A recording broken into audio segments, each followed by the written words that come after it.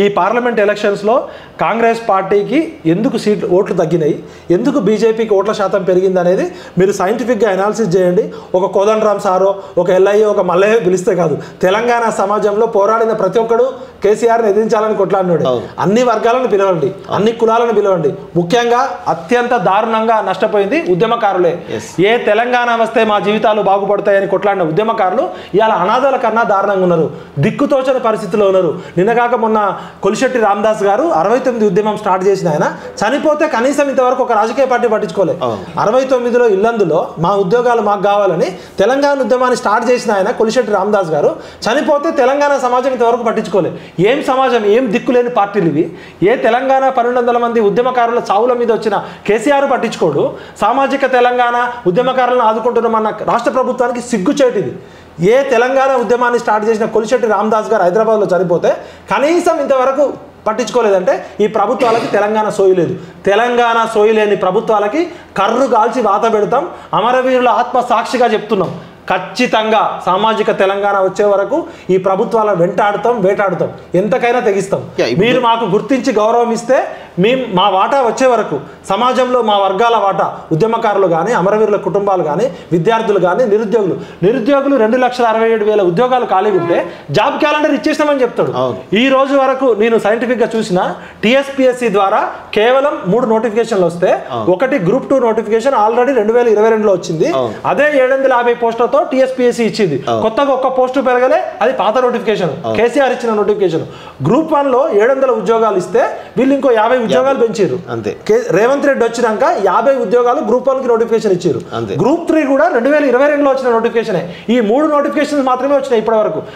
మొన్న ఎన్టీవీలో మాట్లాడుతూ రేవంత్ రెడ్డి గారు ఎవరో రిపోర్టర్ అడిగితే, నీకేం తెలుసు కూర్చో, అన్ని నోటిఫికేషన్లు ఇచ్చేసినాం, ఒక టీఎస్పీసీ చైర్మన్ గా ఇచ్చిండు, మొత్తం జాబ్ క్యాలెండర్ వచ్చేసిందని చెప్తున్నారు. జాబ్ క్యాలెండర్ అనేది ఏ సంవత్సరము ఎన్ని ఉద్యోగాలు, ఎప్పుడెప్పుడు నోటిఫికేషన్ ఇస్తాము, ఎప్పుడు ఎగ్జామ్ పెడతాము, ఎప్పుడు ఇంటర్వ్యూ పెడతాము, మొత్తం ఈ 5 సంవత్సరాల్లో మేము నింపాలనుకున్న వేకెన్సీస్ ఎన్ని, ఫైనాన్షియల్ అప్రూవల్ ఎంత వచ్చింది, బడ్జెట్ ఎంత వచ్చింది, మీ అడ్మినిస్ట్రేటివ్ అప్రూవల్ ఎంత వచ్చిందని చెప్పాలి. ఈ రోజు నేను ఓపెన్ ఛాలెంజ్ చేస్తున్నాను ముఖ్యమంత్రి గారికి, మీరు జాబ్ క్యాలెండర్ ఇచ్చినామని చెప్తున్నారు కదా, ఈ 5 సంవత్సరాల్లో మీరు ఎన్ని ఉద్యోగాలు నింపాలనుకుంటున్నారు, వాటికి ఫైనాన్షియల్ అప్రూవల్ ఎప్పుడు తీసుకున్నారు, అడ్మినిస్ట్రేటివ్ అప్రూవల్ ఎప్పుడు తీసుకున్నారు, గ్రూప్ 1లో ఎన్ని ఖాళీలు నింపుతారు ఈ సంవత్సరము, వచ్చే సంవత్సరం ఎన్ని నింపుతారు, గ్రూప్ 2లో ఎన్ని నింపుతారు, గ్రూప్ 3లో ఎన్ని నింపుతారు, గ్రూప్ 4లో ఎన్ని నింపుతారు, మెగా డిఎస్సీ అన్నారు.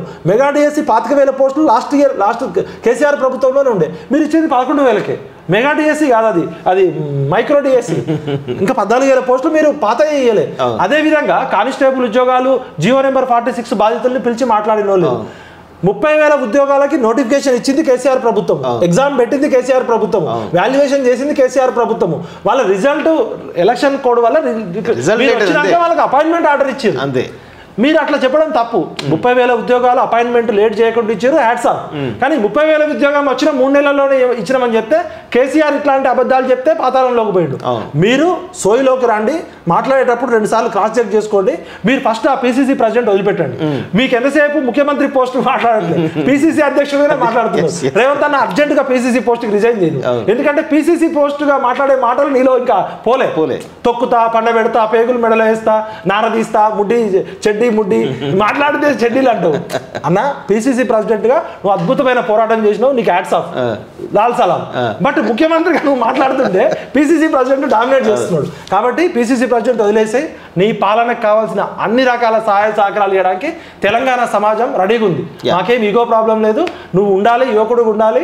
కేసీఆర్ చేసిన అక్రమాలన్నీ బయటికి రావాలని కోరుకుంటున్నాం. ఆ నయీం స్కామ్ బయటికి రావాలి, అదేవిధంగా డ్రగ్స్ స్కామ్ బయటికి రావాలి, ధరణిలో మింగిన 25 లక్షల ఎకరాల భూములు ఎవరు మింగిలో రావాలి, ట్యాపింగ్ కేసులో డీజీపీ మహేందర్ రెడ్డి పాత్ర బయటికి రావాలి, కేసీఆర్ కుటుంబం చేసిన అక్రమ ఆస్తులు అన్నీ కూడా వేలం వేసి ఆ వేలము తెలంగాణ బడ్జెట్ చేయాలని నిండు హృదయంతో మనస్ఫూర్తిగా కోరుకుంటున్నాం.